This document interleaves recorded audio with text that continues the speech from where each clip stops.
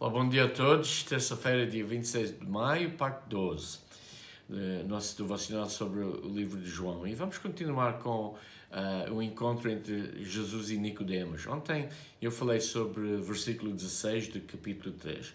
Porque Deus tanto amou o mundo que deu o seu Filho unigênito, para que todo o que nele crer não pereça, mas tenha a vida importante. Um versículo incrível, mas Jesus continuava a falar, a acrescentar alguns pontos muito importantes aqui.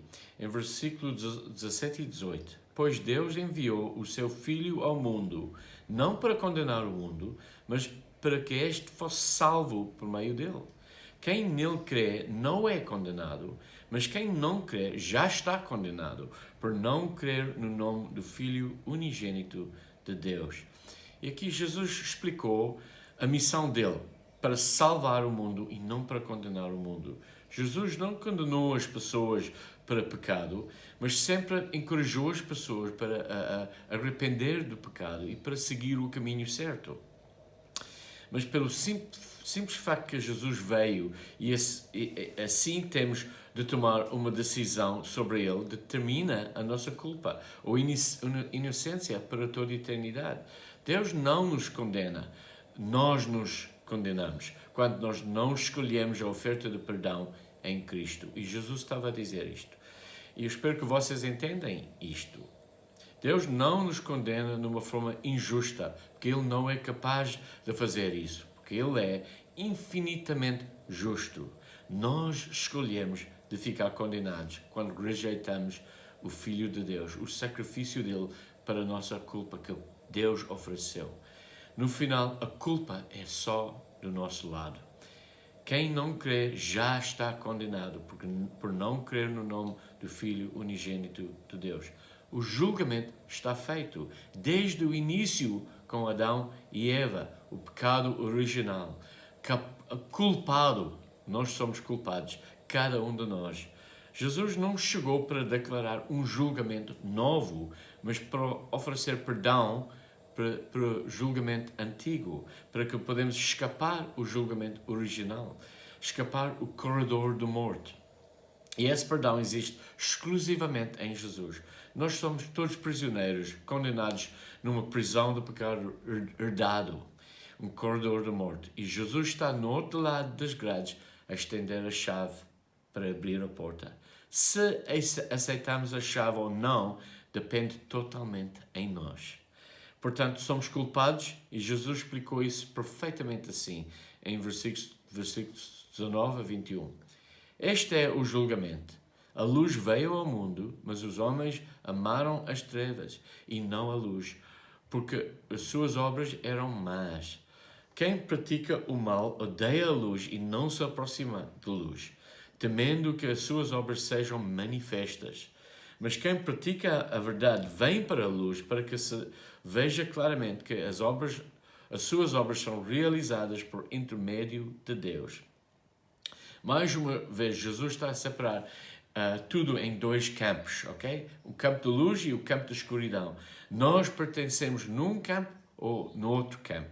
Não existe uma zona crepuscular com Deus. Tu acreditas em Jesus para viver na luz ou rejeitas Jesus e vai viver na escuridão para toda a eternidade. E Jesus explicou a razão para que as pessoas escolhem para viver na escuridão, porque não querem ser expostos. Se tu pecas, obviamente não queres que todo mundo saiba, pois não? E somos todos pecadores com vergonha de ser expostos. Eu usei, muitos anos atrás, um exemplo com dois tipos de inseto, traças ou baratas. Um está incansavelmente atraído pela luz, o outro foge para esconder na escuridão, para evitar a luz. Se ligamos uma luz na escuridão, os dois reagem de uma forma bem diferente, não é?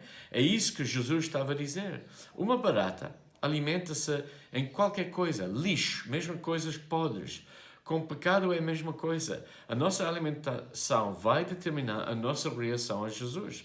Jesus ofereceu-nos uma escolha. Toma a opção de ser uma traça e não uma barata, por favor. Pronto, vamos voltar a Nicodemos. O que é que aconteceu com ele?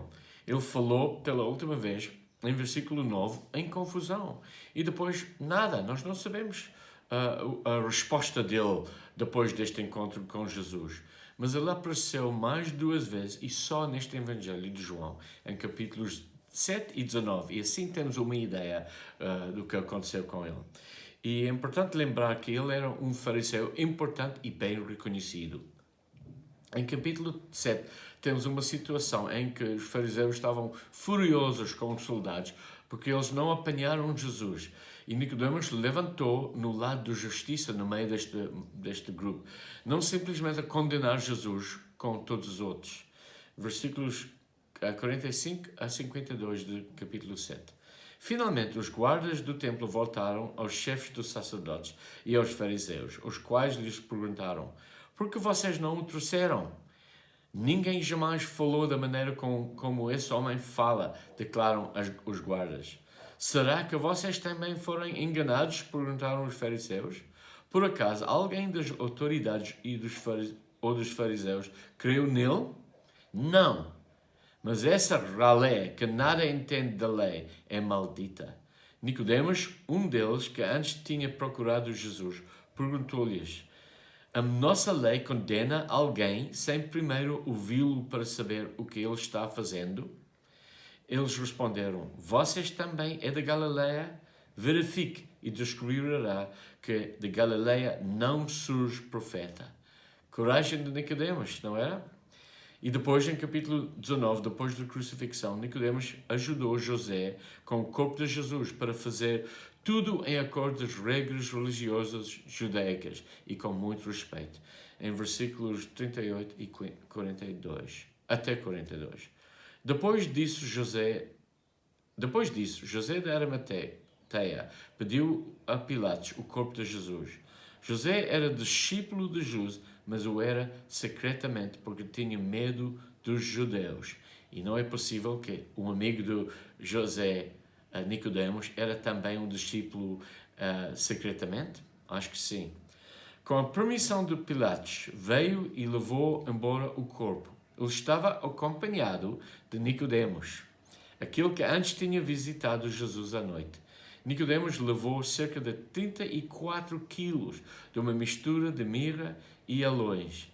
Tomando o corpo de Jesus, os dois o envolveram em faixas de linho com as especiarias, de acordo com os costumes judaicos de sepultamento.